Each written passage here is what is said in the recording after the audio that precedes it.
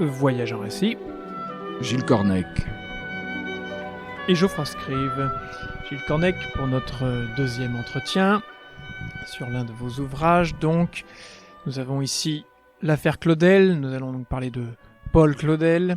Paul Claudel, né à Villeneuve-sur-Fer dans l'Aisne en 1868, membre de l'Académie française, diplomate, de nombreuses années en Chine. Nous pourrons revenir peut-être sur ses différents amours.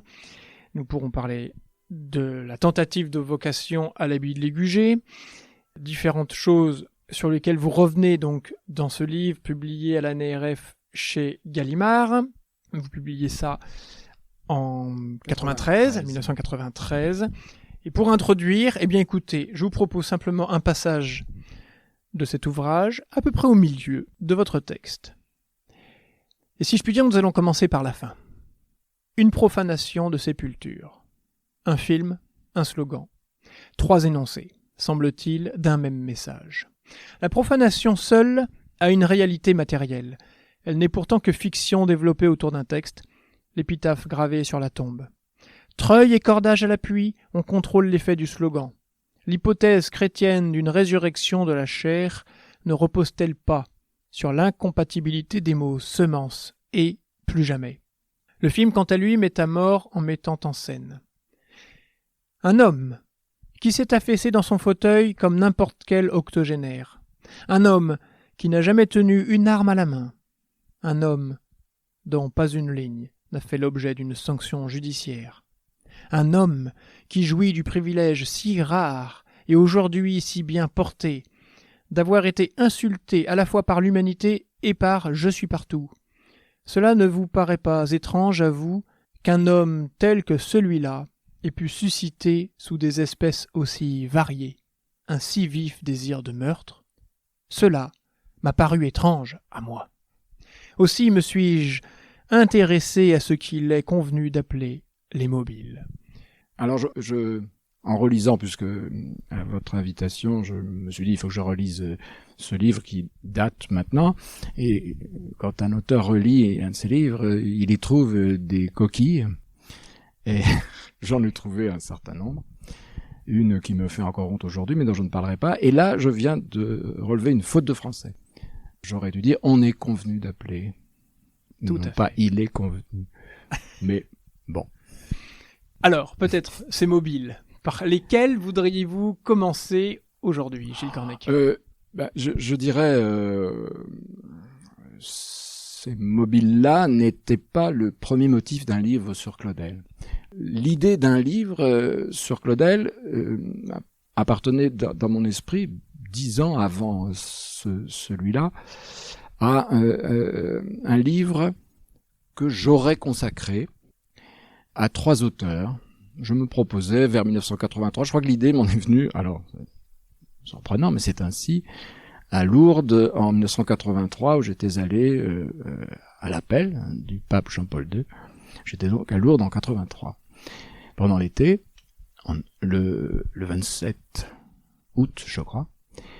Et je disais aux amis qui m'avaient accompagné à ce pèlerinage, c'était un pèlerinage, de l'Assomption, donc le 15 août, c'était le 15 août bien sûr. Je vais écrire un livre sur 3 auteurs qui ont tous un lien plus ou moins direct, pour 2 d'entre eux très direct, pour le 3e un petit peu plus relatif et irrégulier et tordu. Je voudrais écrire sur Paul Claudel, sur Hopkins, le poète jésuite anglais, et sur Jack Kerouac, de la Beat Generation. Bon. Naturellement, j'entendais démontrer que Kerouac n'avait jamais été autre chose que catholique de sa naissance à sa triste fin. Et puis,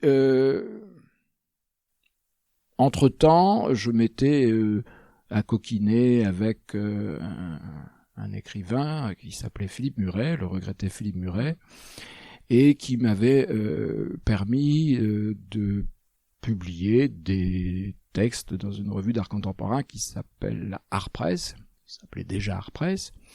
Et puis, par ces contacts multipliés, j'ai fini par rencontrer Solers. Solers a écrit à ce moment-là dans Art Press un texte très inattendu pour le cadre où il était proposé, qui s'intitulait « Claudel, porc et père », ce qui était un titre absolument magnifique, et qui est, je crois, à l'origine de... Porc, P-O-R-T. P-O-R-C. Je reprends ce petit poème en prose qu'on trouve dans Connaissance de l'Est, qui s'appelle « Le porc ». Je ferai le portrait du porc, etc., et qui se termine par « Je nommais pas que le sang de cochon sert à fixer l'or ». Bon. Et porc et père, ça me plaisait beaucoup, et puis surtout ça me plaisait beaucoup que dans un mensuel d'avant-garde artistique et littéraire, on parle de cet écrivain-là, qui était voué aux gémonies de manière quasi officielle par tous, et... Bon, le slogan de mai 68, plus jamais Claudel. Là, on était dans les années 80. On ne peut pas dire qu'il occupait une grande place dans l'actualité littéraire. Et en tout cas, il n'avait aucun lien d'aucune nature avec aucune avant-garde que ce soit. Bon. Et puis, dans le même temps, il se trouvait que moi, j'étais ce que... on appelle toujours aujourd'hui, mais ce qu'on appelait à l'époque un recommençant. Bon, après une jeunesse assez ordinairement gauchiste, voilà que je m'étais remis à aller à la messe.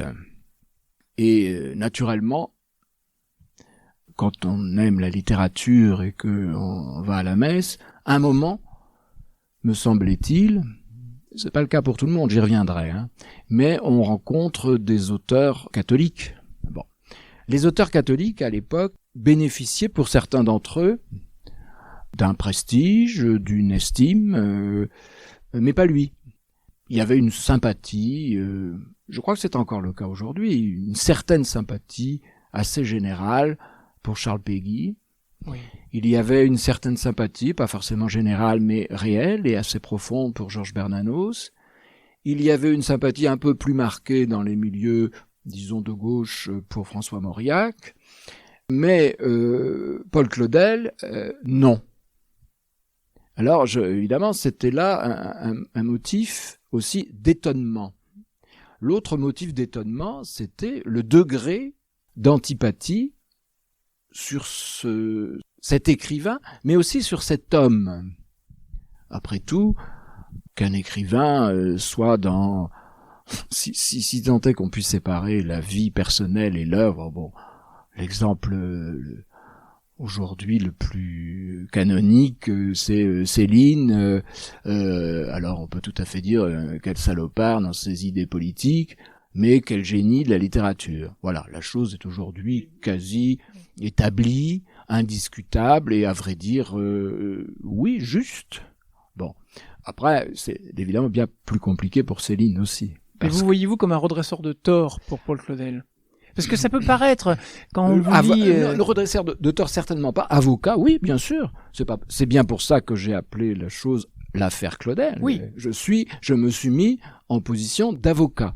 Mais je suis parti, tout à l'heure, avant de commencer l'émission, nous disions un mot sur Jacques Julliard. Jacques Julliard, il est plus âgé que moi, mais qui m'avait raconté que Claudel, il l'avait découvert sur le tard, simplement parce que dans le monde culturel dans lequel il baignait, Claudel faisait l'objet d'un rejet unanime. Oui, vous écrivez ici... Des incongruités particulières se mêlent à cette actualité générale. Le fait, par exemple, que dans les musées, des sculptures de Mademoiselle Claudel soient confrontées à celles de Rodin, en sachant évidemment les rapports entre eux, comme si elles pouvaient leur parler d'égal à égal. Le fait qu'on ne sache toujours ni par qui ni pourquoi furent éparpillés à défaut de la semence les restes de Claudel. Le fait que les dictionnaires continuent de le donner pour... citation, écrivain et diplomate français, comme il donnerait Verlaine pour poète et employé de préfecture. Le fait, plus grave celui-là, que demeure pour l'instant dans la Pléiade le trou énorme de l'œuvre biblique, il faudra y revenir. Et finalement, et parallèle à cette aberration éditoriale, le surinvestissement de son théâtre, alors que le dramaturge est joué partout, on ne voit pas que l'évangile d'Isaïe ait jamais été inscrit au programme de l'agrégation, ni que l'œil écoute ait jamais intéressé les écoles d'art. On ne voit pas que cette prose fasse l'objet du plus petit intérêt de la part de nos contemporains. Pourquoi ? Eh bien, premier constat, ça n'a pas changé depuis. Non. Je ne sais pas si ça s'est aggravé, mais en effet, je pense qu'on continue à monter des pièces de Claudel. On l'a toujours fait, on n'a jamais cessé d'en faire, et même des personnes qui étaient à la pointe du théâtre en France à cette époque-là et dans les décennies qui ont suivi, à savoir Vitesse, à savoir Chéreau, à savoir même Marcel Maréchal, ils ont tous monté Claudel. Ça se montait et ça pouvait faire, ça pouvait marcher. C'est-à-dire que je me souviens je suis pas un grand supporter de Jacques Lang, mais enfin qui a été un ministre quand même qui a consisté, hein. Et on lui demandait un jour, dans tout le temps que vous avez passé comme ministre de la Culture, quel est votre plus beau souvenir? Qu'est-ce que vous gardez? Et il dit, moi je garde la nuit entière de Vitesse, du Soulet de Satin à Avignon. Voilà. Pour aller dans ce sens, posant la question au philosophe Pierre Magnard, né en 1927, d'aujourd'hui, qu'est-ce qu'il retient de Paul Claudel? Il me répond, mais notre jeunesse, ça n'était pas Sartre, c'était Claudel, joué par Jean-Louis Barrault et Madeleine Renaud. Oui. Voilà. Oui. Alors, oui, le Soulet de Satin, puisqu'il s'agit du Soulet de Satin, était évidemment une pièce qui a été publiée en 1925 et qui était réputée, à juste titre, immontable. Oui, Je ne sais très pas longue. si le mot existe, mais immontable. Ah oui, on connaît la fameuse blague. Alors, elle est attribuée à Rému, elle a été attribuée à toutes sortes de personnes, mais en sortant de la représentation du Soulet de Satin, version tout à fait abrégée de la Comédie Française en 43, relativement courte, enfin quelques heures quand même, et sortant de là, Rému disant heureusement qu'il n'y a pas la paire. Bon, c'est une vanne bien connue, mais alors le théâtre claudélien, j'ai aussi un souvenir personnel d'un prêtre de la région qui s'appelle le père Villacroux, qui m'a beaucoup marqué, qui était très âgé déjà quand je l'ai rencontré, mais avec qui je suis allé plusieurs fois en pèlerinage, qui était le sosie de Voltaire, ça le faisait beaucoup rire, évidemment, et qui avait fait son séminaire, et bon, je venais d'une famille nombreuse du Nord Finistère, comme on dit ici, il avait fait prêtre, quoi. Bon. Mais, il avait fait prêtre, mais sa foi n'était pas non plus éclatante. Et il racontait que, ayant été fait prisonnier au printemps funeste de 1940, il s'est retrouvé dans un stalag. Et dans les stalags, on s'emmerdait tellement qu'on montait des pièces de théâtre, on faisait des clubs de ceci ou de cela.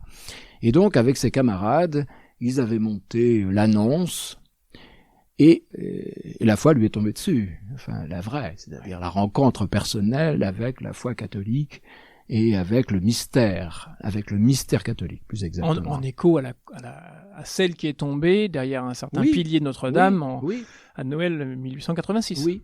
Dans un contexte, Claudel. J'ai une première version de ce livre qui fait plus de 1000 pages, où j'abordais un peu plus en détail encore cette année 1886, mais je soulignais le fait, moi je suis assez friand comme ça, ce qu'on pourrait appeler des concours de circonstances, et je suis pas porté sur les synchronicités ou le hasard objectif, mais tout de même, c'est une saison, non pas en enfer, mais un hiver quand même très, très riche, puisque c'est celui de la conversion de Thérèse Martin, et c'est celui où enfin se termine la ronde de Charles de Foucauld autour d'un confessionnal.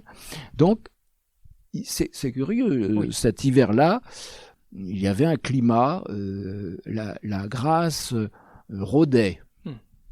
Ça ne fait aucun doute. Mais revenons aux années 80 du XXe siècle. Oui. Plusieurs faits m'ont frappé.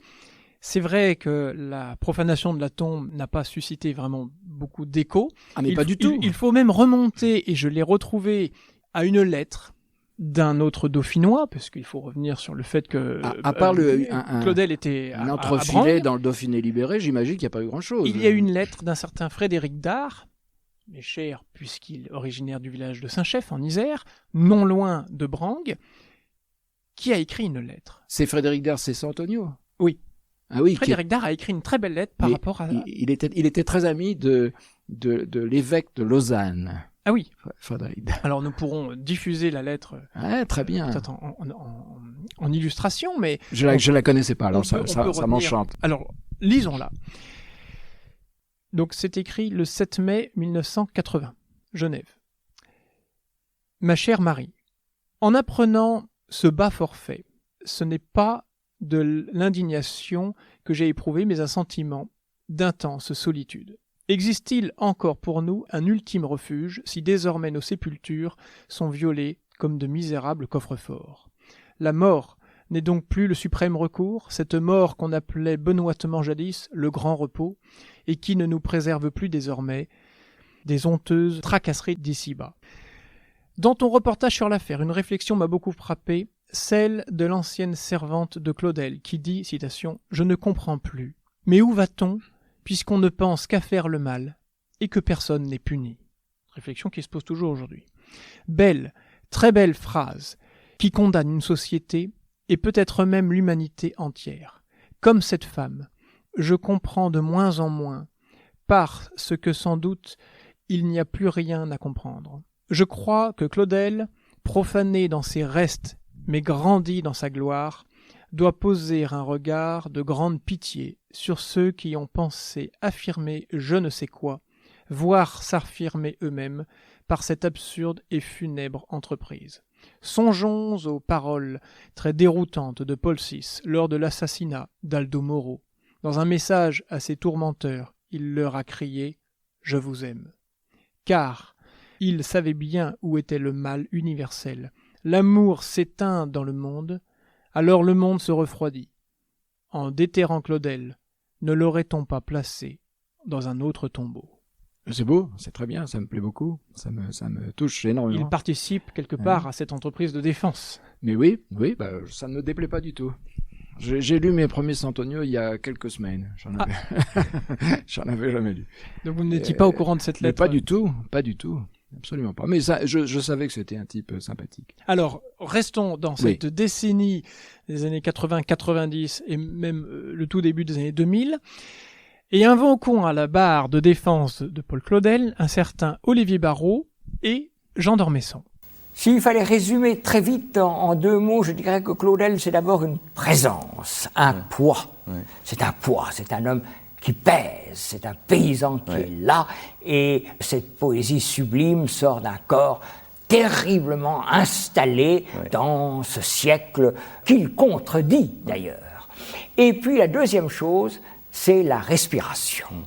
Je pense qu'on pourrait peut-être faire une étude sur la respiration chez Proust et chez Claudel. Ouais. Alors cela, d'ailleurs, il est assez proche des poètes antiques qui écrivaient eux aussi pour être dits dans des amphithéâtres, avec le vent qui soufflait, le bruit de la mer qu'il fallait couvrir. Il y a cela aussi chez Claudel, notamment dans une pièce illustre qui s'appelle Le soulier de satin. On pourrait dire qu'il lutte avec le bruit de la mer, n'est-ce pas? Ces dons poétiques éclatent dans les 5 grandes odes ou dans la cantate à 3 voix. Mais peut-être que ce qui a fait plus que tout pour la gloire de Claudel, c'est, après Le soulier de satin, une trilogie qui est constituée de 3 pièces célèbres, L'otage, Le pain dur et Le permis. Oui. Donc, là aussi, certains contemporains du XXe siècle l'ont défendu. Certains auteurs. Oui, certains contemporains, mais naturellement, ils sont autrement marqués, je dis bien autrement marqués, que ses contempteurs. C'est-à-dire que ses contempteurs ont eu une influence considérable. Il se trouve que ce sont les courants ou les mouvements de la littérature française qui comptaient. Oui. Si on pose en gros une espèce de description hiérarchique, un podium dans l'empire des lettres françaises entre 1900 et 1950, fatalement, on va tomber sur les 3 personnages dont je prétends qu'ils ont constitué la dite Sainte Trinité de l'anticlaudélisme, à savoir Charles Maurras, j'ai fait ça dans cet ordre-là, André Breton et André Gide. Du reste, tout d'un coup, je suis frappé par le fait que en 1925, dans le numéro 3 de la Révolution surréaliste, il y a un certain nombre de lettres furibardes écrites avec un certain talent et inspirées principalement par Antonin Artaud, une adresse au médecin-chef des asiles de fous, une adresse au Dalai Lama, une lettre très insultante à monsieur Paul Claudel, ambassadeur de France au Japon, et puis une adresse au pape. Quand on sait qu'un an plus tard, un certain nombre de signataires de ladite lettre vont injurier André Breton en le traitant de pape, on ne peut pas ne pas être frappé par ce combat entre des dirigeants, des instances, des papes qui procèdent par bulle, par excommunication, par condamnation. Oui. Le procès d'Anatole France. Un cadavre. Bon, 5 ans plus tard, en effet, après un cadavre initié par Dada, les surréalistes qui se sont mis à contester l'autorité pontificale d'André Breton ont écrit un nouveau cadavre. Et le cadavre en question, cette fois, c'était André Breton. Donc, les lettres françaises sont sous la haute main. Alors évidemment, ce sont des 3 mains, ça fait peut-être beaucoup, mais c'est ça qui dirige les esprits, parce que c'est difficile aujourd'hui, en 2024, d'imaginer la place de la littérature dans la vie intellectuelle de la France. Il faut peut-être citer, à ce point-là de notre discussion, Gilles Cornec, justement les auteurs de cette période. Alors on va citer quelques noms. Nous en avons ici. Donc, évidemment, Paul Claudel, le premier chef, parce que c'est le sujet de notre émission. On peut citer Georges Bernanos. Nous avons ici Joseph Delteil, c'est autre chose, mais en lien avec le surréalisme, parce qu'il en a été proche un temps. Marcel Proust, les mêmes années que Claudel. Drieux-La Rochelle, bon. Antoine de Saint-Exupéry, évidemment. Drieux-La Rochelle, qui n'est pas sans relation avec le surréalisme, lui aussi. Exactement. Voilà. On peut citer aussi Jacques Rigaud. Antoine de Saint-Exupéry, même période. Bon, Ernst Junger, de l'autre côté du Rhin. Un certain Lucien Rebattet, dont, voilà, vous le citez dans votre ouvrage. Évidemment, il faut toujours prendre des pincettes avec le soufre derrière. Nous pouvons aussi citer évidemment quelqu'un comme Joseph Malègue, et puis donc les auteurs dont vous parlez, donc Maurras et Gide. Les auteurs qui dominent mais on sent tout ça pour dire qu'il y a bien les tendances, quoi. Il y a des tendances très marquées. Oui, mais ce qui domine la vie littéraire, c'est aussi évidemment les poètes, c'est Francis Jammes, etc. Et puis c'est aussi les romanciers qui aujourd'hui, mon Dieu, ne font plus beaucoup parler d'eux. Hein. C'est Martin Dugard, c'est Duhamel, c'est Jules Romain. Oui. Aujourd'hui, qui peut citer un titre, les gens ont cultivé un peu, mais le public les ignore. En revanche, ces auteurs-là n'étaient pas du côté de la combativité. Il n'y avait pas une présence polémique, une présence violente. L'Action française, qui est écrite par des écrivains, il faut quand même le rappeler, Maurras et Daudet sont des écrivains. Après, on peut discuter de la valeur littéraire de leurs œuvres, mais ce sont des écrivains. Et ils font un journal éminemment littéraire, et qui est lu par beaucoup. Je rappelle que Rodin est abonné, que Proust est abonné, que bon. Alors, il y a ce courant-là. Et sinon, il y a la maison Gallimard, il y a la NRF, la Nouvelle Revue Française. C'est-à-dire Gide. Oui, c'est-à-dire Gide. Gide, Schlumberger, etc. Plus tard, Jean Paul. Tout le monde, pratiquement tout le monde. Bon, donc c'est la maison mère et c'est la maison dirigeante. Enfin, les gens de droite en France les appelaient les longues figures parce que beaucoup Massis en particulier, Guéon, qui venait de l'Action française, appelait les longues figures parce qu'ils disaient ce sont des protestants, donc ceux des coins de sauce, etc. Bon, il y avait donc une autorité morale et intellectuelle de Gide. Là, c'est plutôt entre les deux guerres, parce qu'en plus il a fait, c'est un peu comme la Mecque dans une vie de musulman. Il est allé à Moscou. Il est allé faire ses dévotions au Kremlin.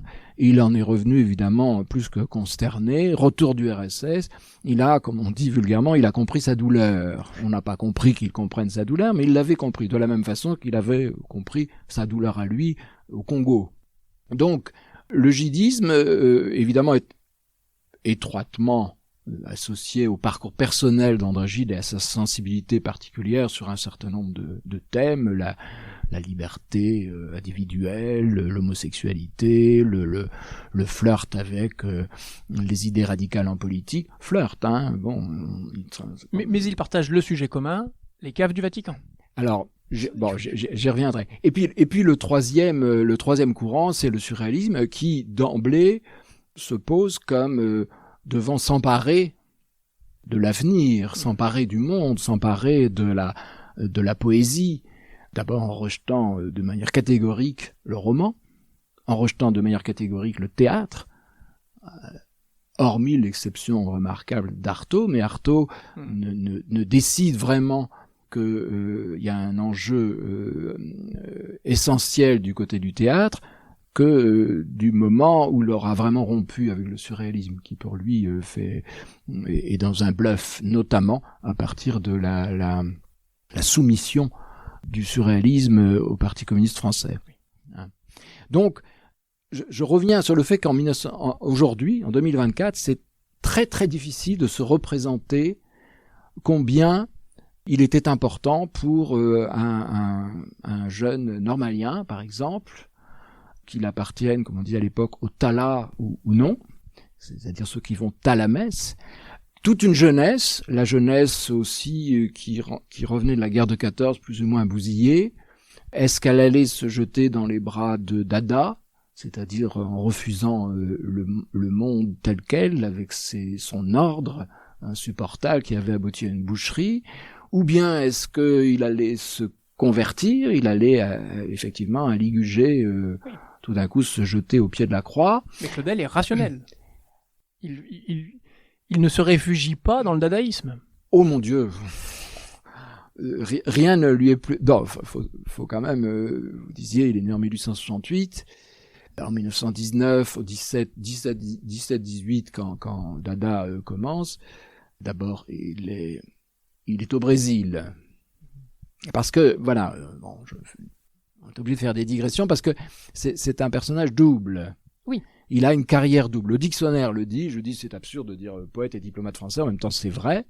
Et moi je prétends, alors bon, ça peut-être que je saute un peu à un autre sujet, mais il ne faut jamais oublier que sa position singulière, tant par rapport à la littérature française, ce qu'on appelle les gens de lettres, on va dire ça comme ça, même si le thème est tout à fait obsolète. Les gens de lettres, à l'époque, ils n'étaient pas. Même Breton en était un. J'ai écouté la semaine passée les entretiens d'André Parinaud avec Breton. Breton parle comme un académicien de 1890. Il a un français, mais de salon. Il parle comme chez Madame de Noailles. C'est ahurissant de penser que, par ailleurs, il prétend que son corps vit dans une subversion permanente. C'est comique. Il suffit de l'écouter 5 minutes. C'est inouï. C'est même pas chez Madame Verdurin, on est chez la duchesse de Guermantes, quand on écoute André Breton. Hein? Bon, je vous demande pas de parler comme Saint Antonio, en effet, mais c'est ça, c'est frappant. Je le conseille à tout le monde. Si vous voulez rire, vous écoutez Paul Claudel, effectivement, comme le dit d'Ormesson, un parler... comme dit Jules Renard à propos de Camille Claudel, les lourdeurs paysannesques de son parler. C'est pas, chez Claudel, il y a évidemment pas de lourdeur paysannesque. En revanche, il y a ce caractère éminemment, fondamentalement, lourdement, pour reprendre l'idée d'Ormesson, charnel. C'est en cela, moi, qu'il m'a intéressé, bien entendu. Il m'a intéressé parce que il y a un très beau livre de Urs von Balthasar, le grand théologien allemand, sur Claudel, et qui le rattache à un moment, mon Dieu, un âge d'or de la sensibilité européenne qui s'appelle le baroque. Oui. Tout de même, entre les premiers balbutiements, c'est pas le Jésus à Rome, c'est plutôt l'art manuelin portugais, donc c'est très très tôt, très en amont et puis ça va jusqu'au rococo autrichien ou jusqu'à Mozart. Donc c'est vraiment... et Balthasar, peut-être fallait-il être allemand, c'est-à-dire quelqu'un qui est habitué à faire vivre le catholicisme dans un monde protestant. Je pense que Claudel, c'est pas tout à fait non plus indifférent qu'il ait dû, dans sa carrière diplomatique, être consul. Vous savez, le travail d'un consul, c'est business. Bon, aux États-Unis, à Boston, imaginez Claudel à Boston, c'est l'endroit le plus incongru pour un personnage comme Claudel. Boston, le pays des habits noirs et du puritanisme. Bon, qu'il ait pu être aussi diplomate dans des pays aussi peu catholiques que l'était la Chine de l'époque des boxers, ou bien du Japon des années 20. Donc, il est sorti, d'une part, comme je le disais, du monde des lettres, j'y reviens, des lettres françaises, et il est aussi extérieur aux querelles de l'univers catholique français. Quand je dis univers, je suis sympa. Je devrais dire le petit monde. Parce que précisément, lui, et du côté, il a une conception, l'épigraphe du soulet de satin, il y en a deux. L'un, c'est un proverbe portugais, Deus escribe direito per linhas tortas, je l'ai appris.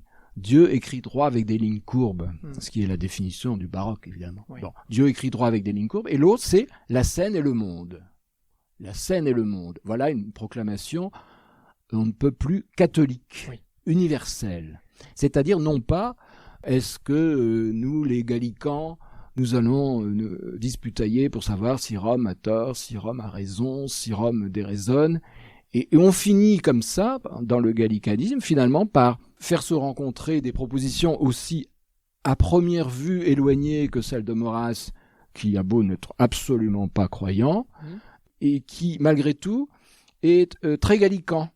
Il ne supporte pas Rome. Ça finit mal, évidemment, parce que l'action française finit par être condamnée par Rome. Bon. Voilà. Et puis de l'autre côté, vous avez quelque chose qui est parfaitement protestant, c'est-à-dire la détestation de Rome réformée, Rome la grande putain quand même, aussi pour les orthodoxes d'ailleurs, la grande putain de Luther, et puis de l'autre, la Rome abusive pour les gallicans, c'est-à-dire les libertés gallicanes de Louis XIV.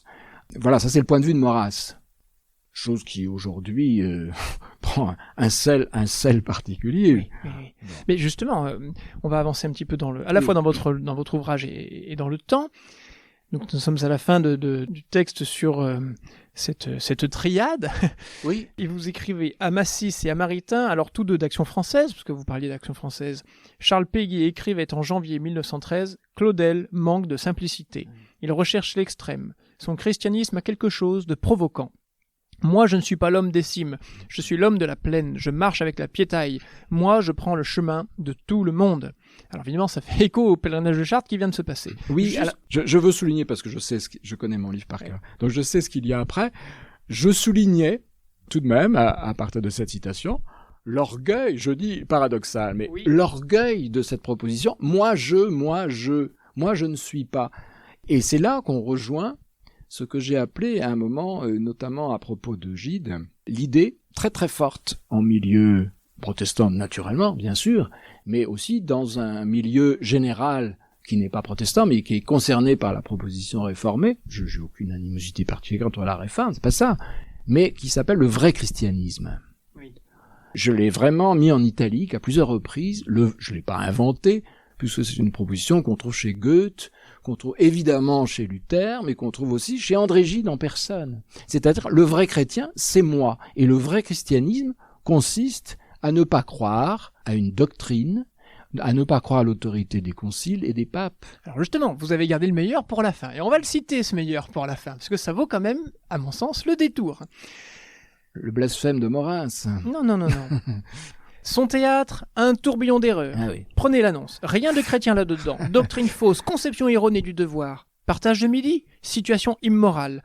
Avec la trilogie, on touche au secret de son inspiration. Vous ne trouvez pas qu'ils ont de drôles de noms, ces personnages du père humilié? Orient, pensée, cela ne vous dit rien?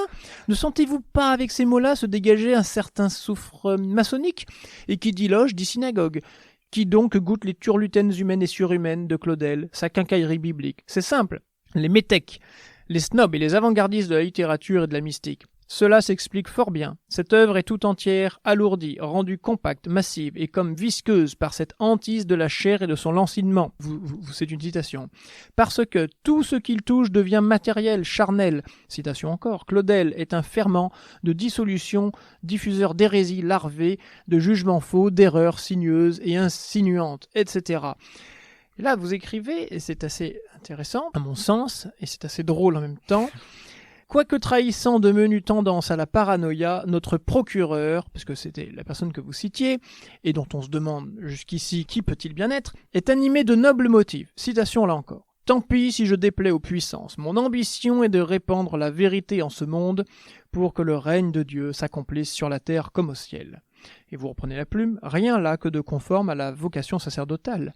Mais que penser d'un souverain pontife qui, tandis que se rédige le pamphlet, reçoit Claudel en grande pompe, lui demande une préface, le qualifie de plus grand poète catholique vivant. Ce prêtre, qui entend ouvrir les yeux de Pie XII, n'est évidemment pas n'importe qui, j'ai gardé le meilleur pour la fin, c'est-à-dire son identité, il s'appelle François Ducos-Bourget. C'est drôle.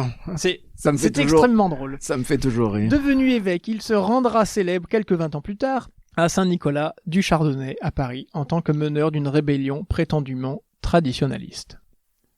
Bah, écoutez, certains vont... Et nous voici arrivés en plein XXe siècle. Vont être fâchés par l'expression prétendument traditionnaliste. Écoutez, moi, je suis allé une fois dans ma vie, par curiosité, je passais par là, je suis entré à Saint-Nicolas du Chardonnay. Et sur la table des livres, une des premières choses que j'ai vues, c'est les protocoles des sages de Sion.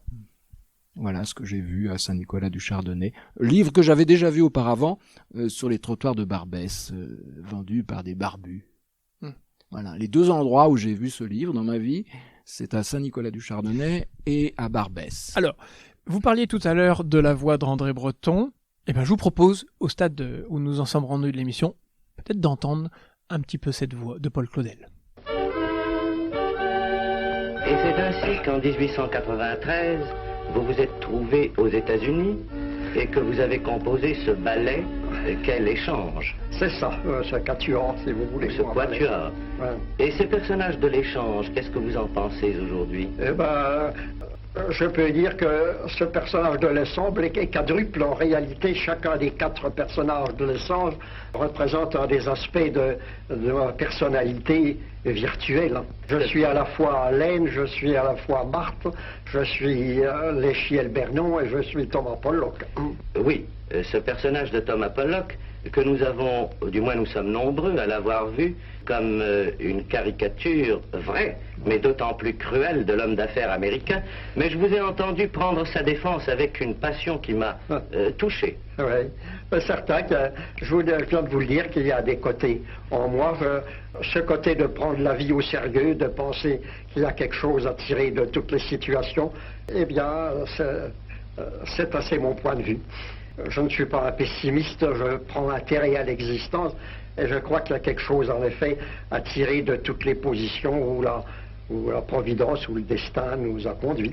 Mais ce qui paraît assez singulier, et peut-être plus que singulier, absolument unique, c'est cette alliance en vous de ce qu'on pourrait appeler le côté fonctionnaire, ce respect qui n'est pas simplement dicté par la religion, ce respect du devoir d'État qui est pris avec tout le sérieux et toute la gravité nécessaire, et puis en même temps ce côté aventureux et disons presque ce côté farfelu, n'est-ce pas? Et les deux personnages réussissent néanmoins à cohabiter.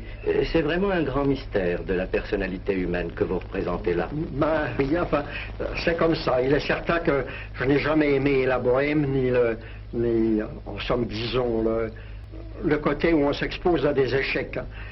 J'avais des choses très importantes à réaliser et il me fallait en somme une certaine prise sur moi-même et ne pas m'abandonner à l'aventure, enfin dans le mauvais sens du mot.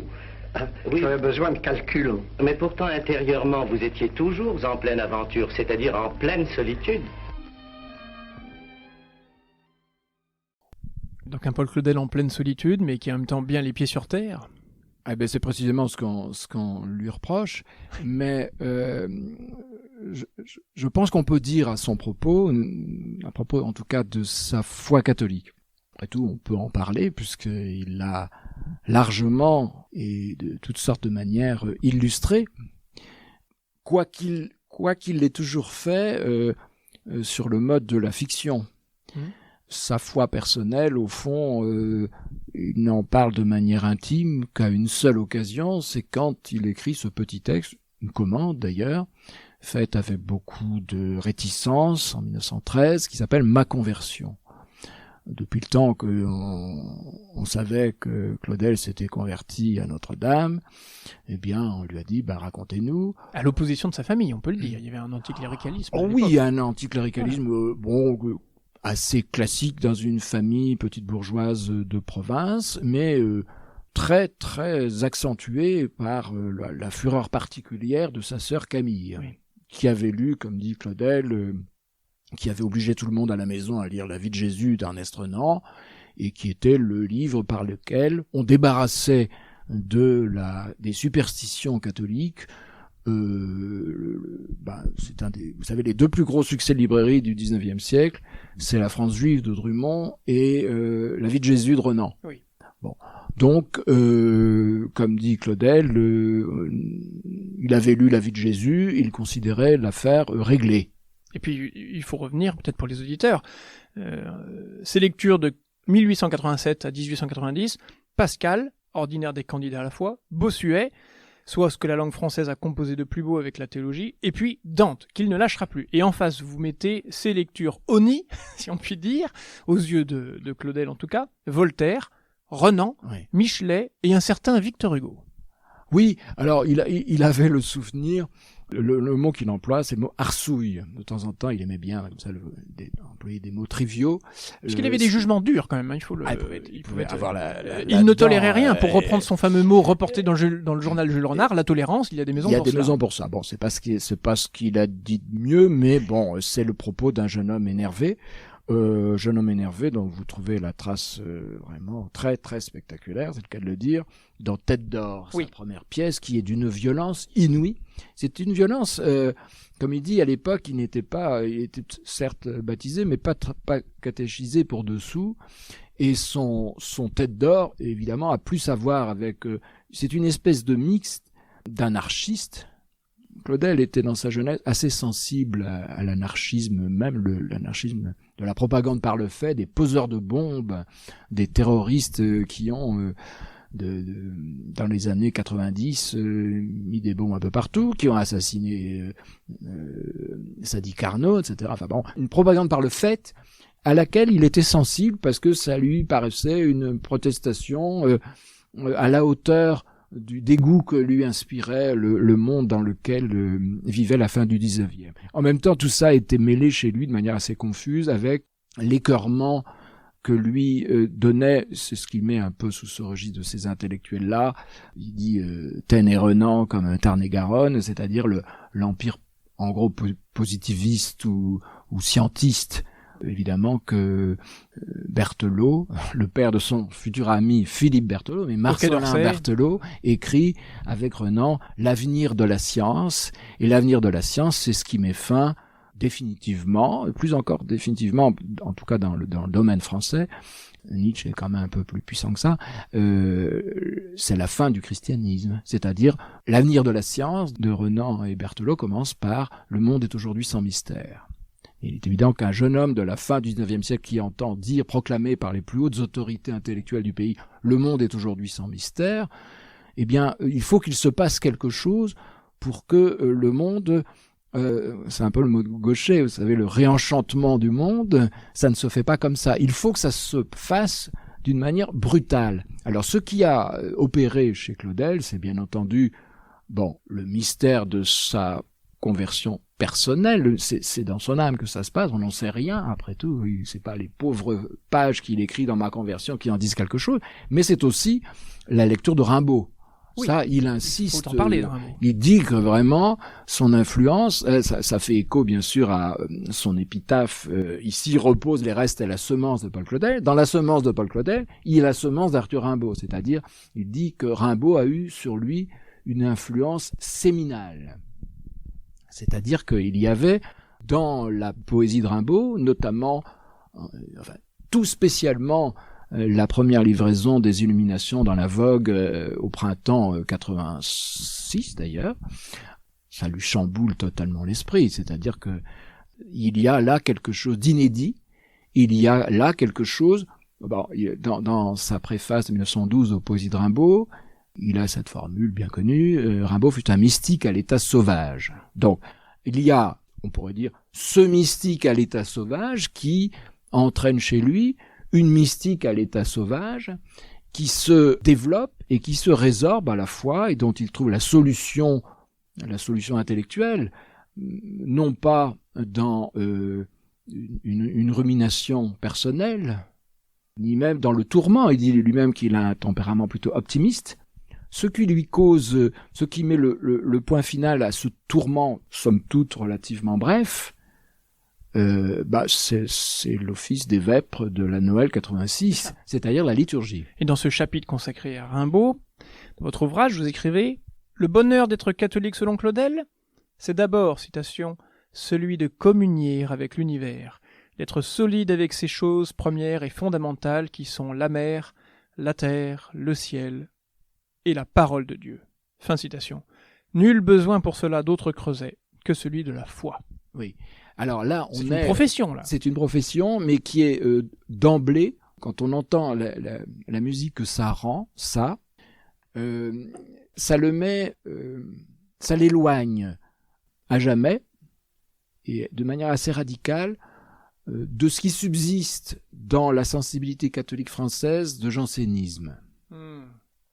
Il y a, me semble-t-il, chez Mauriac, ça va de soi, puisque ça se lit dans les romans eux-mêmes, le tourment de la chair est un tourment toujours marqué d'une grande culpabilité, d'une espèce de dégoût. Chez Bernanos, il y a aussi quelque chose qui est... C'est dur. C'est la vérité, l'âpre vérité. C'est l'âpre vérité. Il y a effectivement une âpreté, il y a une dureté, il y a une exigence qui fait évidemment, moi qui me fait vraiment penser à celle de Kierkegaard, plutôt qu'à celle de, je parlais de Balthazar ou de Claudel, c'est pas ça. Je ne dis pas qu'il n'y ait pas, évidemment, une des choses qui avait plu aussi à Claudel non pas dans les Illuminations, mais dans Une saison en enfer, c'est le combat spirituel plus rude qu'une bataille d'hommes. Enfin, je cite de manière approximative. Mais en tout cas, la rudesse de ce combat, c'est vrai qu'elle apparaît chez Claudel, notamment dans son théâtre, mais il y a aussi, pour reprendre ce que disait Balthazar, Claudel est tout rire, absolument pas sentimental, passionné. Donc il y a pas de dolorisme chez lui.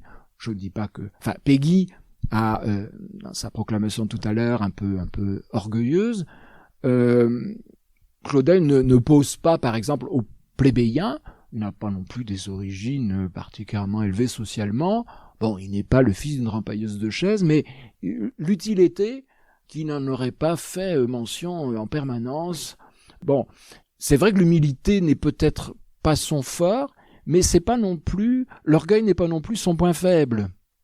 Il n'est pas vaniteux, mais son catholicisme, évidemment, je me souviens, il y a de longues années, nous étions dans les années 70, l'Église de France, les catholiques français essayaient de digérer le concile d'une manière, c'était tout proche, par conséquent, en saisir la vérité, la profondeur et en saisir les enjeux dans les siècles des siècles, eh bien, ça se traduisait parfois par c'est bien notre curé, il a enlevé de notre église toutes les statues. Elles sont là-haut, elles sont au grenier, on les garde, on ne les casse pas, mais ça fait du bien. Ce sentiment de délivrance, évidemment, souvent il s'agissait, comme dit Claudel, de Sainte Vierge sortie des moules à Vierge de la place Saint-Sulpice, dans le plâtre, mais il est évident qu'il y a eu, alors ça semble donner raison à ceux qui ont évoqué une dérive protestante dans l'Église catholique après le Concile, mais c'est vrai que la méfiance, le dégoût qu'inspire je ne sais pas moi, Saint-Pierre de Rome, c'est-à-dire la Rome baroque. Le catholicisme joyeux, on pourrait dire même fier de lui-même, enfin assumant en tout cas son devoir de beauté. La question de la beauté est très importante pour Claudel. Lui, il l'assume. Alors on va lire juste une phrase de son introduction à l'Apocalypse, où il écrit ceci. « Je reçus une lettre de l'imprimeur Pichon qui préparait une nouvelle édition de la Révélation de Saint Jean. Il me demandait d'en écrire la préface. L'idée me parut cocasse. Je me suis toujours occupé de la Bible, mais en poète, non en exégète. Et la seule pensée d'ajouter un commentaire à tous ceux qui ont valu à leurs auteurs, égarés par leur admiration pour ce grand livre, le plus obscur et le plus difficile du recueil sacré, autre chose qu'un brevet de prudence ou même de sens commun, me faisait courir un frisson le long de l'épine dorsale. » Oui, c'est-à-dire que lui, c'est magnifique, et puis c'est surtout en opposition aussi avec ce qui, tout à fait à juste titre, l'exégèse savante, scientifique des Saintes Écritures était une nécessité. Elle était particulièrement sous-développée en milieu catholique du fait de la condamnation de Richard Simon, des soupçons de lecture réformée des Écritures, d'une certaine position de méfiance. Enfin, moi-même, je peux vous dire que quand j'étais enfant, après tout, c'est pas si vieux que ça, c'est quelques décennies, c'était histoire sainte. Pas question de mettre son nez dans la Bible, même une Bible de Jérusalem, avec truffée de notes, de notules, d'explications, de décortiquage du texte. Alors Claudel décortique, mais il décortique comme on décortique des langoustines. C'est parce que c'est bon. Oui. C'est parce que c'est bon. Il retrouve donc les 4 ordres de lecture qui valaient au Moyen-Âge, et il paye sa dette à plusieurs reprises à un lecteur qui s'appelait Tardif de Moidré, qui a inspiré beaucoup Ernest Hello, qui lui-même a inspiré beaucoup Léon Bloy. C'est-à-dire que il a une lecture, d'ailleurs, par certains côtés, assez voisine de la lecture de la mystique juive. C'est-à-dire que le texte lui-même a une valeur spirituelle. Chaque mot prend une valeur, a une autonomie de valeur spirituelle. Alors, qui n'a rien à voir avec l'archéologie nous enseigne que non, il ne fait pas de l'archéologie. Voilà. C'est pour ça qu'il nous laisse plus de 6000 pages de poésie, notamment sur ce texte-là. Et vous l'écrivez, force est de le constater. Vous avez toujours l'art aussi de la formule, hein. Écoutez, j'écris des livres. C'est pas la peine d'écrire des livres si on n'a pas l'art de la formule. Sinon, on écrit des thèses universitaires. C'est très bien. Mais moi, je ne suis pas universitaire, je ne le suis pas devenu. Alors, et c'est pas à partir d'un point de vue, vous remarquerez, il n'y a aucun appareil critique, il n'y a pas une note, donc je suis obligé de faire marrer, vous comprenez? Alors, ça arrive, ce n'est pas toutes les pages, mais on devient pilier de cathédrale comme on devient pilier de bar, en venant tous les jours. Et là, ça devient sérieux. Il vint tous les jours, point. Et il vient tous les jours, au point d'écrire. Je vais reprendre votre propos. Force est de le constater, les textes bibliques de Claudel ne se trouvent pas à la librairie du coin. Hormis les ecclésiastiques de plus de 60 ans et les spéléologues du fonds Gallimard, personne n'a lu. Citation.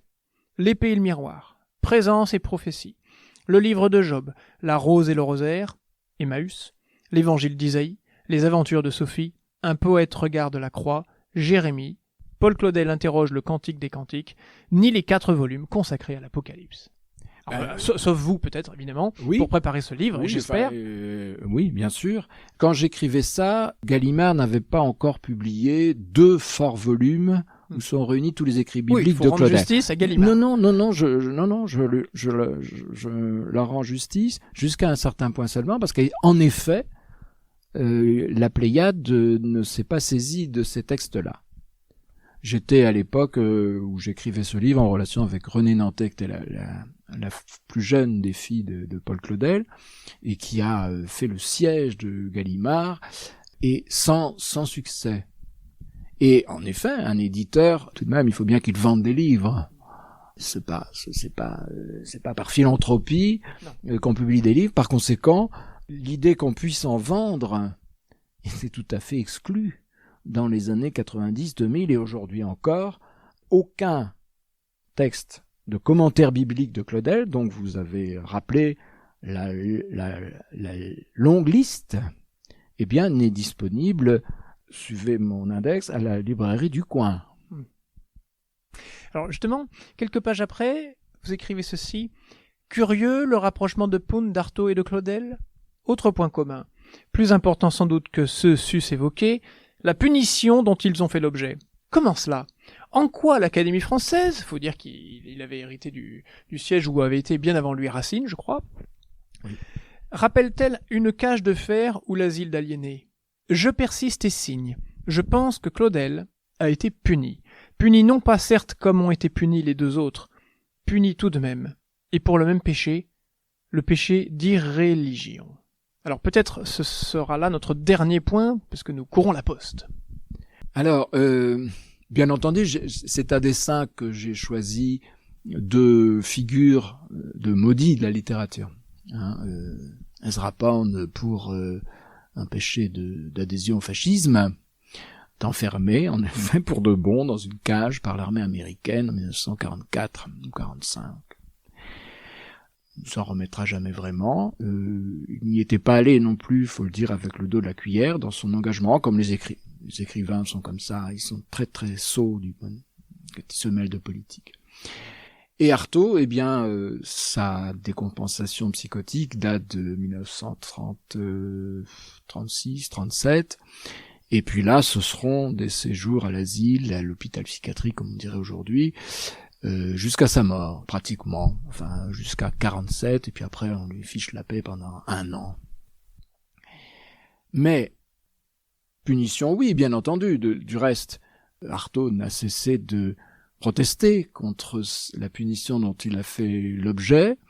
Elle était sans doute nécessaire pour ce qu'on peut appeler l'ordre social, je ne sais pas. Mais Claudel fait l'objet, évidemment, malgré la reconnaissance académique, dans tous les sens du terme académique, assez tardive quand même, parce qu'il a été barré plusieurs fois dans l'entrée à l'Académie française. Oui. Ce que je veux dire en passant, c'est que Charles Maurras et le maréchal Pétain, ils sont entrés avant lui. Bon, donc puni par le développement et l'officialisation de cette mauvaise réputation. Oui.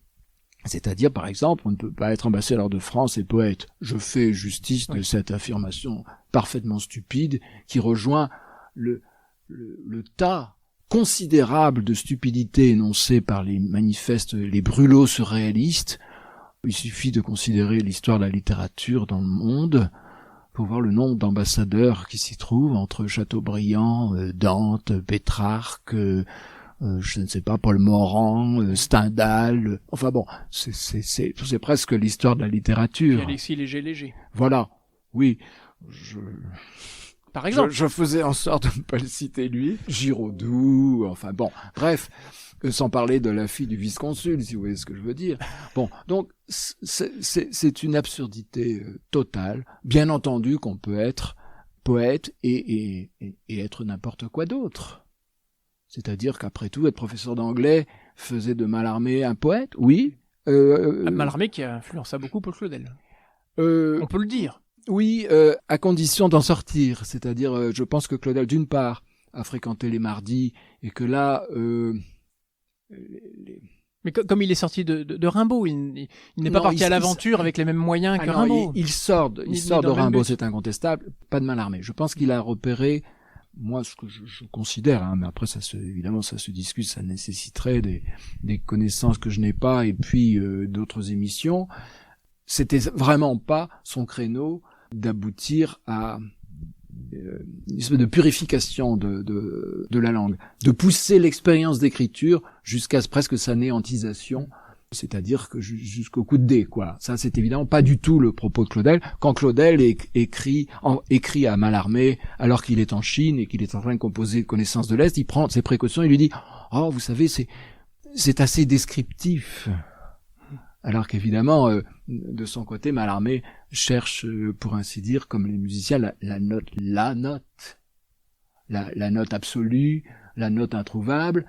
Claudel, il patauge, c'est son côté porc, c'est-à-dire il patauge dans la gadoue chinoise, et comme il patauge dans la gadoue chinoise, qu'il patauge dans les superstitions des cimetières chinois, qu'il ne connaît pas un mot de chinois. D'ailleurs, Ségalin est à la même époque en Chine. Ségalin apprend le chinois, lui. C'est pour ça qu'il écrit des stèles. Bon, Claudel, pas une seconde, alors, on peut dire que c'est une attitude coloniale, je ne sais quoi, mais en tout cas, son problème, c'est pas de pénétrer d'une façon culturelle le monde chinois, c'est d'éprouver le monde chinois. D'autant que, pour l'éprouver, il l'éprouve, c'est-à-dire que le temps même de Claudel en Chine, j'ai consacré 1 an à Claudel en Chine, il en reste peut-être 10 lignes dans ce livre. Bon.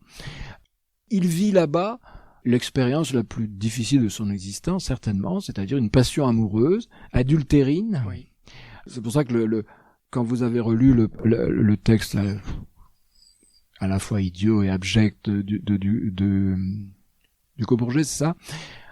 Quand il parle de la mise en scène d'une situation immorale, mon Dieu, mais il n'y a plus de littérature s'il n'y a que des situations morales. Enfin, je veux dire, c'est pas une histoire de bons ou de mauvais sentiments, comme dit Gide, mais il est évident que vous pouvez rayer tout Shakespeare si vous pensez mettre en scène que des situations morales. Par conséquent, Claudel vit une expérience torturante, on pourrait presque dire crucifiante. Il la vit vraiment dans la douleur, il y a aucun doute là-dessus. Et il en sort une pièce. Mon Dieu, un artiste, c'est cela. C'est-à-dire que il vit une passion et il devrait ne pas la mettre en scène. Et pas une seconde, il n'hésite. Les artistes sont comme ça. Récemment, je voyais Et ça n'est pas un vaudeville.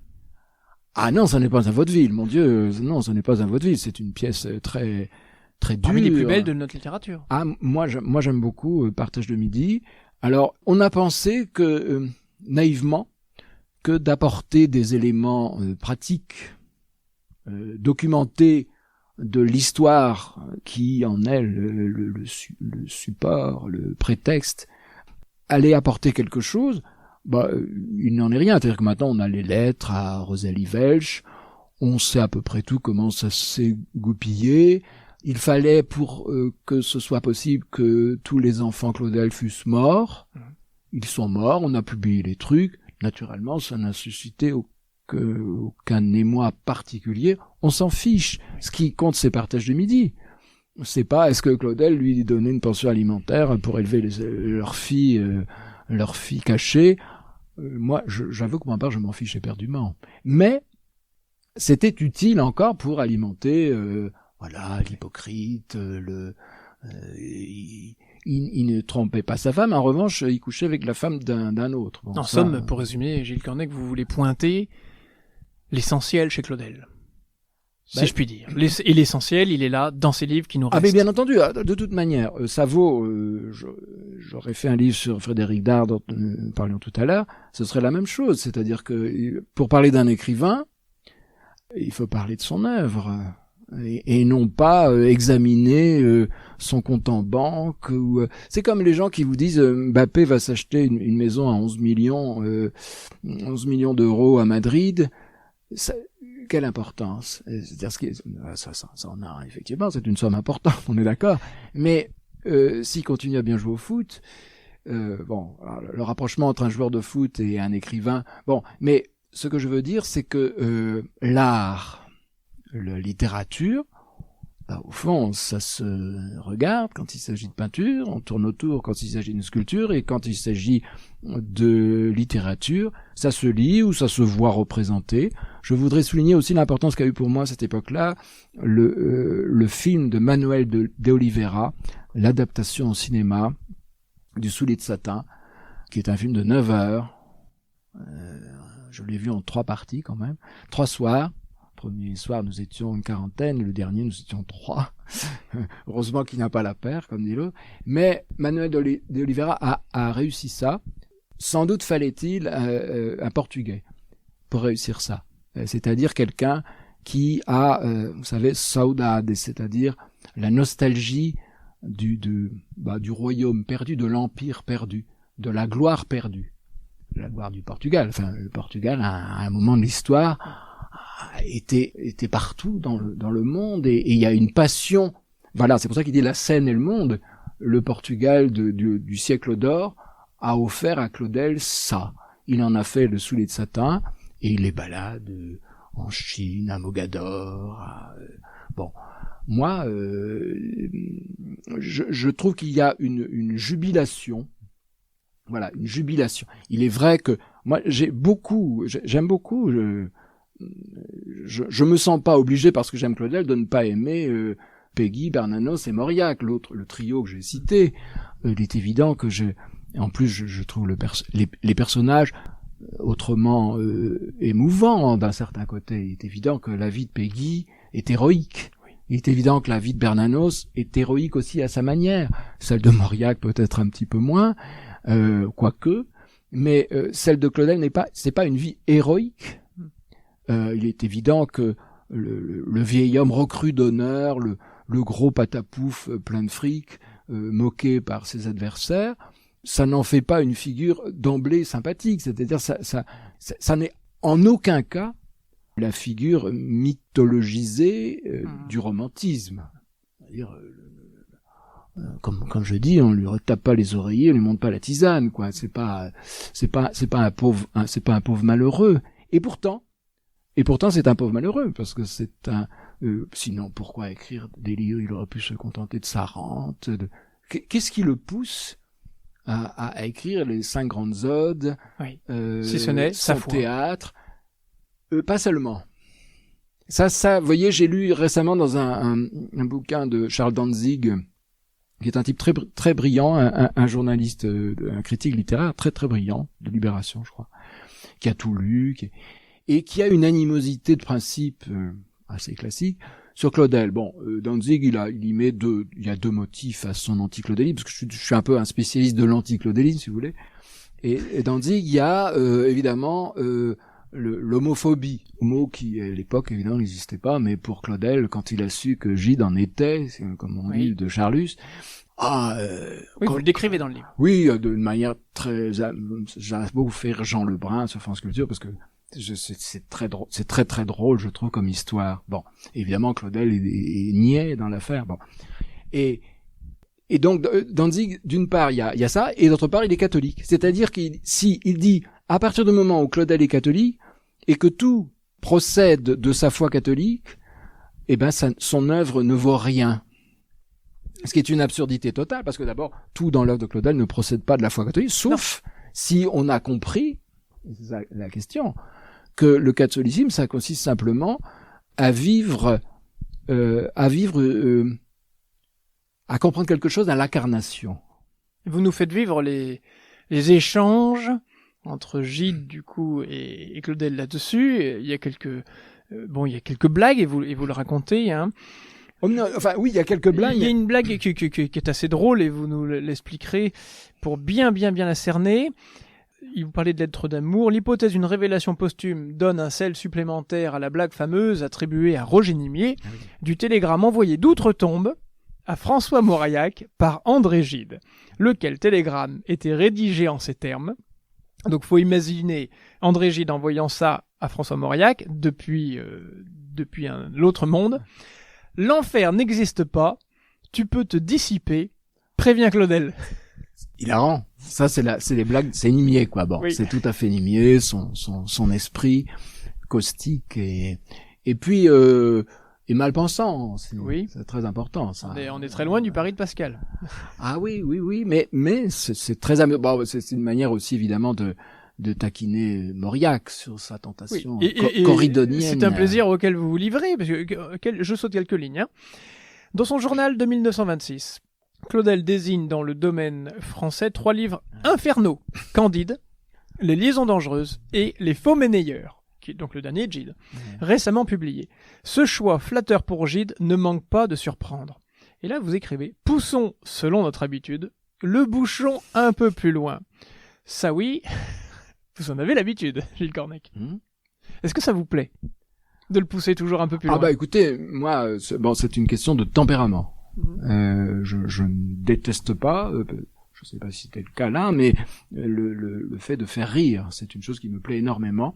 Et une fois, c'est peut-être ça aussi qui m'a plu chez Claudel, c'est que une fois il a vu dans la devanture d'un libraire en vitrine une édition, peut-être, francophone, pas française, du Soulier de satin, sur lequel on avait mis un bandeau, et il était écrit, Claudel était assez sourd, mais peut-être qu'il voyait pas très bien non plus, Claudel comique. Oh, Claudel se dit, chouette, enfin on m'a compris. Et en fait, il était écrit Claudel cosmique avec un point d'interrogation. Et donc, il avait lu comique et ça lui faisait plaisir parce que pour une fois, on reconnaissait chez lui une verve qui est incontestable, oui, qui ne se voit pas seulement dans Proté, qui est une farce. Et puis, il est direct, hein, dans ses rapports, par exemple. C'est extrêmement cru. On va prendre ce passage-là. À table chez Gide, Claudel juge le moment bien choisi pour une attaque frontale. Donc, faut les imaginer en train de déjeuner ou de souper. Pourquoi ne vous convertissez-vous pas ? Un ange passe. Dès le lendemain, il envoie ses excuses. Il faut me prendre comme je suis, et un Claudel qui ne serait plus un zélote et un fanatique ne serait plus Claudel. Bien qu'il n'ait pas plu à Dieu de me faire un de ses prêtres, dont on reviendra sur le refus à Ligugé, il a senti un non s'interposer, j'aime profondément les âmes, la vôtre m'est bien chère. Que ne puis-je vous aider un peu ? C'est magnifique. Et après, il y aura réponse plus loin. Il y aura réponse plus loin. Ça atteste, bien sûr, de la naïveté. Oui, tout à fait. De la brutalité aussi, de lui-même, la brutalité de son tempérament. Et puis surtout, on se dit, connaissant Gide, c'est-à-dire le côté à la fois extrêmement rigide, oui, lui de son tempérament, le côté extrêmement froid, et puis sa perversion, parce que je n'hésite pas à dire les choses en ces termes, c'est un esprit qui est, quand il dit, sur les 3 livres en question, moi je trouve absurde, je trouve c'est complètement idiot de condamner Candide, qui est un livre admirable, je trouve, et puis de condamner les liaisons dangereuses. Enfin, c'est idiot. Ça, c'est un point de vue bourgeois, si vous voulez, au sens... aucune raison d'en vouloir particulièrement à la bourgeoisie, comme on dit, mais vous voyez, c'est des formules toutes faites, mais c'est un point de vue petit bourgeois. Oui. Bon, alors que les faux monnayeurs, c'est tout à fait différent. C'est effectivement, il y a un enjeu que là, Claudel voit juste. C'est comme pour les caves du Vatican. Oui. Il s'agissait tout de même de mettre en cause le principe même d'une papauté, c'est-à-dire c'est une question, évidemment, c'est la première question, c'est une des... Au fond, quand Luther a cloué sur la porte sur les portes de l'église de Wittenberg ses propositions, l'enjeu était clair tout de suite, c'est-à-dire est-ce que ce que dit le pape a une valeur quelconque pour une âme chrétienne? Bon, là-dessus, Gide n'a pas enfoncer un clou supplémentaire dans la fiche de Luther. Il se contente de ressasser quelque chose qui lui vient de son éducation par Payotte, c'est comme ça, il est né là où il est né, mais il en fait une espèce de condensé dans une fiction où évidemment là il s'abandonne, je dirais, à des facilités scénaristiques. Le vrai, au fond, on pourrait lire ça chez Ducos-Bourget. Le vrai pape n'est pas le vrai pape, c'est un franc-mac. Sur le trône de Pierre, mon Dieu, c'est un grand classique de ce qu'on appelle aujourd'hui l'extrême droite catholique en France. Le pape, moi j'ai entendu il y a pas très longtemps un bon paroissien avec qui je discutais après une messe. Il me dit notre pape c'est un communiste, un franc-maçon. Vous voyez, on est exactement dans cette fantasmagorie autour de Rome qui, bien entendu, court à travers les siècles. Alors, on a le pape François, après il y en aura un autre, qui sera accusé d'être ceci ou cela, qui sera d'une sensibilité différente, à coup sûr, j'ajoute en passant, je l'espère, mais l'idée que le pape, c'est ne rien comprendre au principe de la papauté. Oui. Il faut lire du pape, de Joseph de Maistre. Là, on comprend quelque chose. Alors, je reviens sur le côté peut-être candide, innocent de Claudel, mais vous allez me dire, Gilles Corneille, si vous y voyez là aussi la marque d'une espérance. Dans ce passage-là, Claudel écrit, Noël 1910. « Je vais communier demain. Ah, mon cher ami, de quelles immenses joies vous vous privez, auprès desquelles toutes les autres ne sont rien. » Gide feint de n'avoir pas compris. Il répond, De l'ardente piété de mon adolescence, les souvenirs sont assez vifs pour me permettre de comprendre la félicité que vous me peignez aujourd'hui.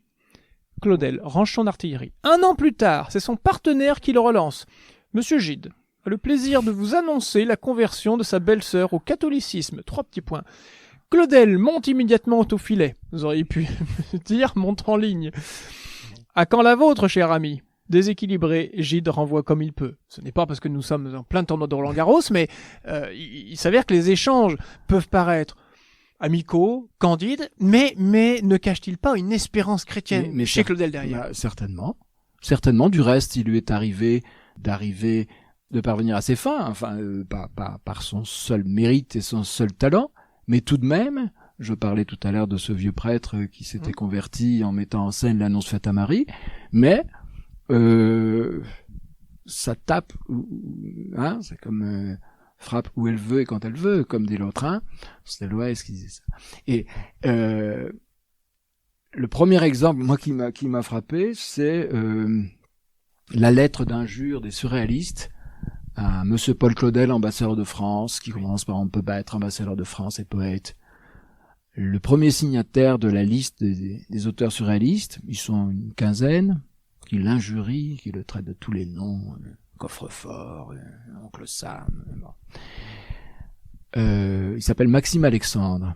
Et Maxime Alexandre est un poète surréaliste de second rayon, mais donc il injure. La lettre se termine par « Nous aurons eu l'honneur de vous traiter de cuistre et de canaille ». Voilà, la lettre adresse. Et Maxime Alexandre, quelques années plus tard, il est juif, Maxime Alexandre, il se convertit au catholicisme. Et qui est son parrain? Je vous le donne en 1000. Claudel? Mais oui. Bon. Par conséquent, tout ça, c'est relatif. C'est relatif aux aventures de l'esprit, quoi. Oui. Passons quelques pages, une fois de plus, dans votre ouvrage, Gilles Cornec. Vous le citez, le grand livre qui m'était ouvert et où je fis mes classes, c'était l'Église. Je ne pouvais me rassasier du spectacle de la messe et chaque mouvement du prêtre s'inscrivait profondément dans mon esprit et dans mon cœur. Fin de citation. N'y aurait-il qu'une idée à dégager de la conversion de Claudel, ce serait celle-là. La liturgie, en même temps qu'elle faisait de lui un catholique, a fait de lui un écrivain. C'est magnifique, il y a une portée double.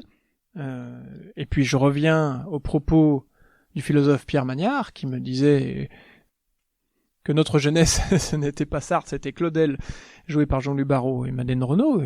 Il me disait il me le disait également, c'était un auteur capital parce qu'il faisait, j'emploie le mot même biblique, il faisait l'alliance entre la littérature et la spiritualité. Oui, c'est vrai. Dans une époque qui peut-être en avait besoin. Oui. Pour défendre son point de vue par rapport aux attaques qui le concernaient. Avez-vous d'autres points pour sa défense? Oui, écoutez, là, je suis un peu par rapport à cette alliance. Enfin, cette alliance se fait non pas par une combinatoire, si vous voulez, une conciliation entre le corps, qui serait le domaine de la poésie, et puis l'esprit, qui serait l'âme du chrétien. Il me semble qu'à partir du moment où sa décision d'écrire est prise, et elle est prise au fond à son corps défendant, puisqu'il n'y a pas en effet une coïncidence temporelle entre sa conversion et puis la production d'œuvres très éclairées par exemple par le thomisme. Il ne sait rien de la doctrine, mais c'est fait. Comme il dit, il était seulement arrivé que j'en étais sorti, c'est-à-dire le monde du 19e siècle, il lui paraissait asphyxiant, positiviste, sans espérance. Il ne sait pas ce qui s'est passé, mais c'est fait. Donc je répète son expression, il était seulement arrivé que j'en étais sorti. On repense, si vous voulez, le moment où Nietzsche tout d'un coup n'est plus wagnérien. Oui. Nietzsche dit le plus grand événement de ma vie fut une libération, c'est-à-dire que à un moment Wagner Claudel, c'est pareil. D'ailleurs, Claudel, il va lui arriver pareil. Il a été naturellement, comme tout jeune homme des années 80-90, un wagnérien fanatique. Le voyage à Bayreuth, c'était pas, je parlais de pèlerinage, c'est le pèlerinage, tout le monde en parlait de cette manière. Et puis tout d'un coup, il dit, une fois je suis allé écouter Parsifal, et c'était terminé. Tout était par terre, y compris le béret, le menton galoche, il y avait plus rien. Donc, voilà, l'expression de Nietzsche, c'est le plus grand événement de ma vie fut une guérison. Voilà, dans le cas Wagner. Le plus grand événement de ma vie fut une guérison. Eh ben, Claudel, on peut en dire autant. Il est guéri aussi de quoi? Du désespoir. Parce que le 19e siècle scientiste, mais aussi le 19e siècle décadent, parce que, Ligugé très bien, mais Huysmans, si vous voulez, quand il devient oblat, tout ça, quand Claudel dit « Je suis entré à Notre-Dame », je pensais y trouver un aliment à quelques exercices décadents. Donc il est dans une optique à la des Esseintes. C'est des Esseintes dans Harbourg. Il est dans l'état d'esprit de Huysmans, puisqu'il fréquente les milieux post-symbolistes, il va aller chez Mallarmé, etc.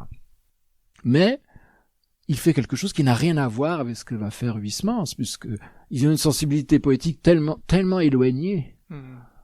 Huysmans, c'est toujours des succubes, on est à la limite des vampires dans les presbytères. Enfin, il y a un kitsch, il y a un kitsch catholique ou péri-catholique qui, évidemment, aujourd'hui, s'est complètement écroulé. Enfin, avec Huysmans, on est plus proche du Sarpelladant de Gourmont que de Claudel. Claudel, d'emblée, introduit une dimension assez inédite dans le chant français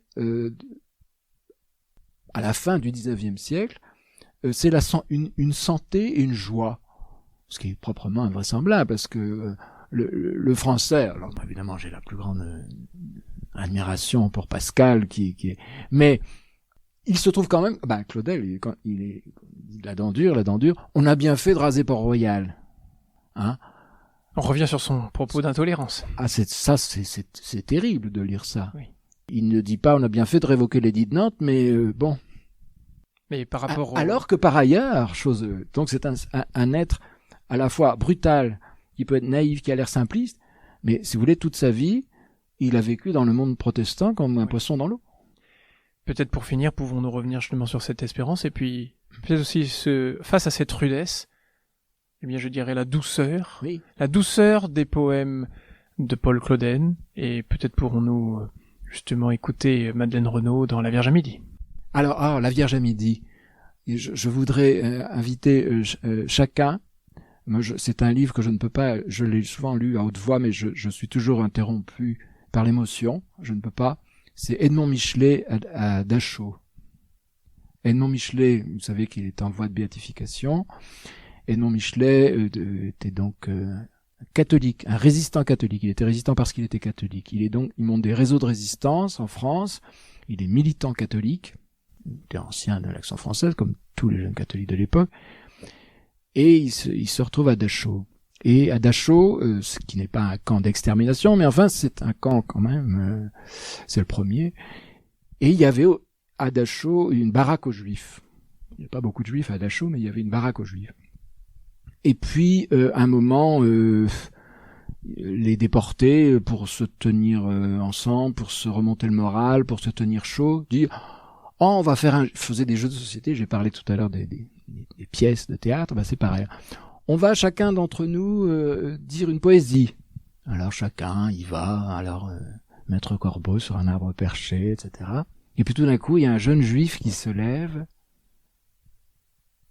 et il commence La Vierge à midi de Paul Claudel. Alors il dit, il est tout maigre, et il dit « Je dirais La Vierge à midi de Paul Claudel » dans rue de la Liberté d'Edmond Michelet. C'est magnifique. Madeleine, pour vous qui est Marie? C'est la mère de Jésus avant tout, et notre mère à tous. Est-ce que vous voulez nous dire La Vierge à midi de Paul Claudel? Je crois qu'en effet, c'est digne d'une si belle fête. Il est midi. Je vois l'église ouverte, il faut rentrer. Mère de Jésus-Christ, je ne viens pas prier. Je n'ai rien à offrir et rien à demander. Je viens seulement, Mère, pour vous regarder. Regardez votre visage. Laissez le cœur chanter dans son propre langage. Ne rien dire, mais seulement chanter parce qu'on a le cœur trop plein. Comme le merle qui suit son idée en ces espèces de couplets soudains. Parce que vous êtes belle, parce que vous êtes immaculée, la femme dans la grâce enfin restituée, la créature dans son honneur premier et dans son épanouissement final, telle qu'elle est sortie de Dieu au matin de sa splendeur originale.